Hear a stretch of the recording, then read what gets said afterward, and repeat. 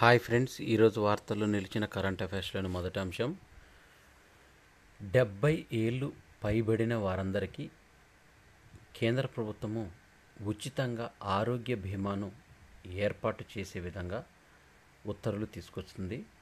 జల విద్యుత్తుకు 12,461 కోట్ల ప్రోత్సాహకం, 1,00,000 కోట్లతో ఈ పథకాలకు కేంద్ర కేబినెట్ ఆమోదాన్ని తెలిపింది. దాదాపుగా 70 ఏళ్ల పైబడిన వృద్ధులు భారతదేశంలో 6 కోట్ల మంది ఉన్నట్టు సమాచారం. దీనికి సంబంధించి ఈ 6 కోట్ల మందికి కూడా ఈ ప్రయోజనం అనేది కలుగుతుంది. అన్ని సామాజిక ఆర్థిక వర్గాలకు చెందిన వృద్ధులకు వైద్య బీమా అందిస్తుంది. దీని కింద దరఖాస్తు చేసుకున్న వృద్ధులకు కొత్త కార్డులు అందిస్తారు.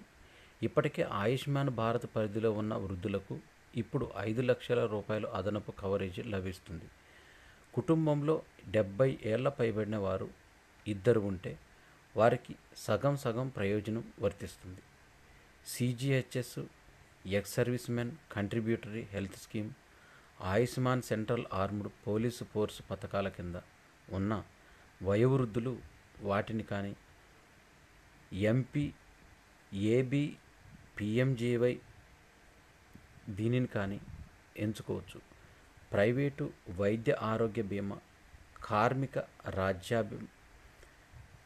బీమా కింద ప్రయోజనం పొందుతున్న వారు కూడా 5 లక్షల రూపాయల ప్రయోజనం పొందవచ్చు.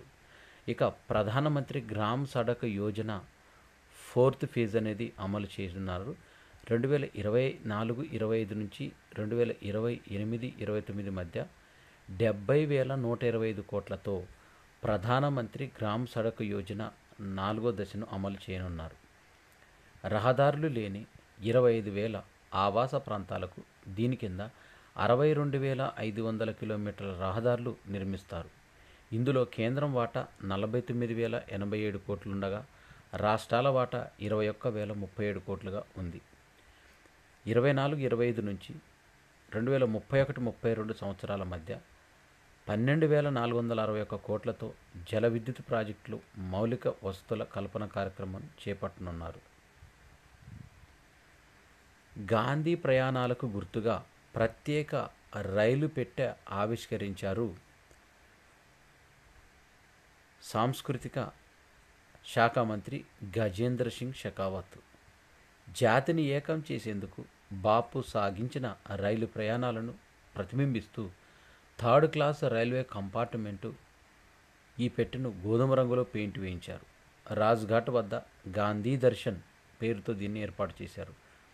పెట్టె ద్వారం వద్ద మహాత్ముడు రైలు దిగుతున్నట్లుగా నిలువెత్తు విగ్రహాన్ని అమర్చారు.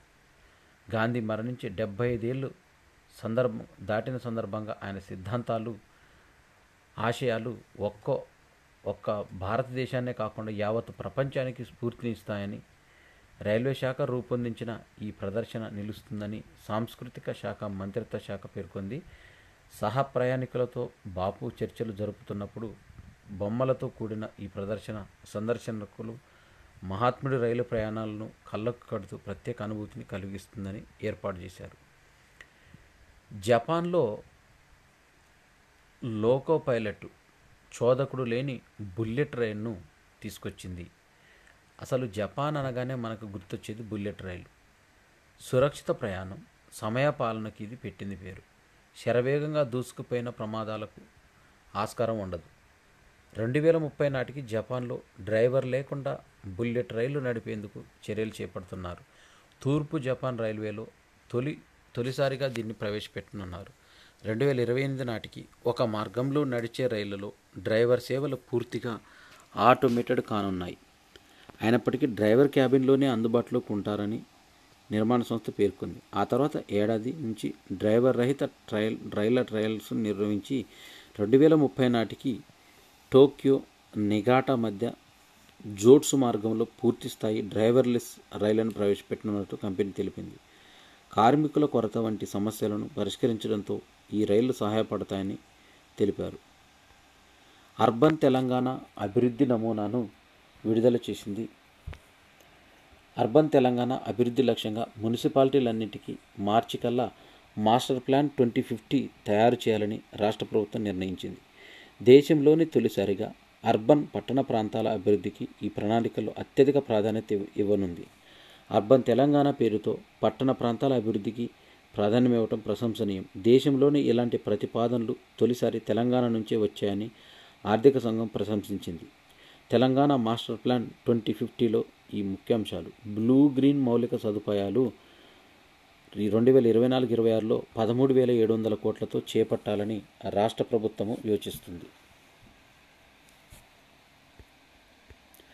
భారత సంతతి రచయితకు సింగపూర్ లిటరేచర్ అవార్డు 2023లో ఆమె రాసిన భారత సంతతి అధ్యాపకురాలు ప్రశాంతి రామ్ 32 సంవత్సరాల వ్యక్తికి ప్రతిష్టాత్మక సింగపూర్ లిటరేచర్ అవార్డు లభించింది.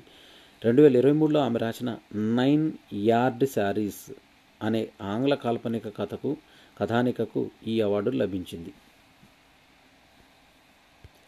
రష్యా అమెరికా వ్యోమగాములతో అంతరిక్ష కేంద్రానికి సోయజ్ బయలుదేరింది.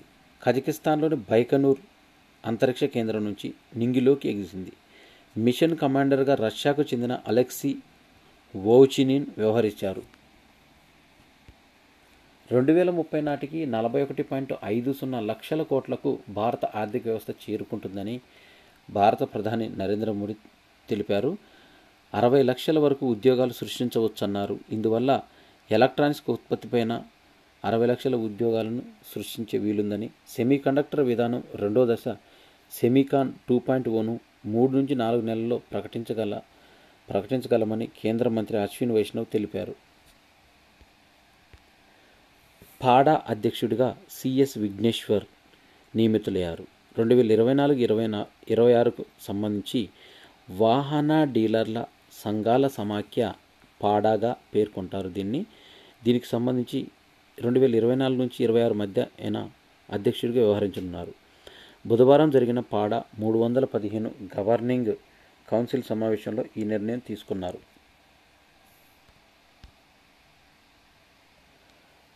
భారత్లో 2023 వన్డే ప్రపంచ కప్కు 11,637 కోట్ల ఆర్థిక ప్రయోజనాన్ని కలిగించింది. పర్యాటక రంగం అత్యధికంగా లబ్ధి పొందింది అని ఐసీసీ తెలిపింది. 2023 ప్రపంచ కప్ క్రికెట్కు సంబంధించి గణనీయమైన ఆర్థిక శక్తిని ప్రదర్శించింది.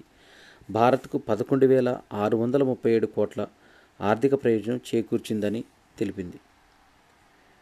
అఖిల భారత బుచ్చిబాబు ఆహ్వానిత క్రికెట్ టోర్నీలో హైదరాబాద్ ఛాంపియన్గా నిలిచింది. బుధవారం ముగిసిన మ్యాచ్లో హైదరాబాద్ 243 పరుగులతో ఆధిక్యంతో ఛత్తీస్గఢ్ పైన విజయం సాధించింది. ఇంగ్లీష్ ఛానల్ను ఈదిన అతి పిన్న వయస్కురాలిగా, అత్యంత వేగంగా ఈదిన పారా స్విమ్మర్గా ఇటీవల ప్రపంచ రికార్డు సృష్టించిన ముంబైకి చెందిన 16 ఏళ్ల యువతి పేరు జియా రాయ్. ఇంగ్లండ్లోని అబాట్స్క్లిఫ్ నుంచి ఫ్రాన్స్లోని పాయింట్ డి లా కోర్టెడూన్ వరకు 34 కిలోమీటర్ల ఈతను 17 గంటల 27 నిమిషాలలో పూర్తి చేసింది.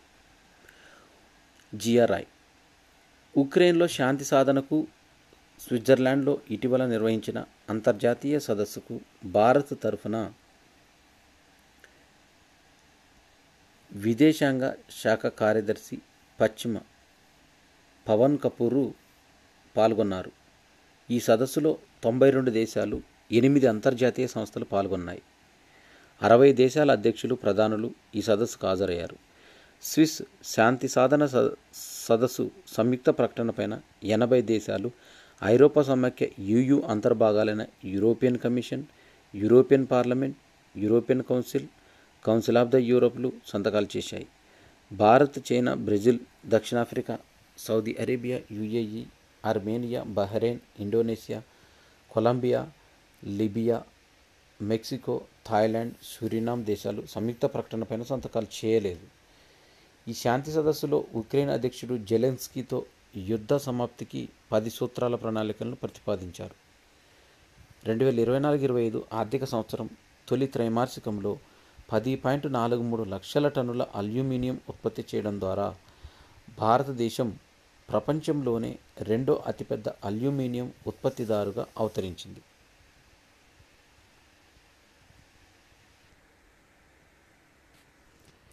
ఇవి సెప్టెంబరు 12, 2024కు సంబంధించిన కరెంట్ అఫైర్స్. ఈ వీడియో నచ్చినట్టయితే లైక్ చేయండి, షేర్ చేయండి, కామెంట్ చేయండి. నా ఛానల్ సబ్స్క్రైబ్ చేసుకోవడం ద్వారా నేను చేసే వీడియోస్ అన్నీ కూడా మీకు నోటిఫికేషన్ రూపంలో వెలువడతాయి. Thanks for watching.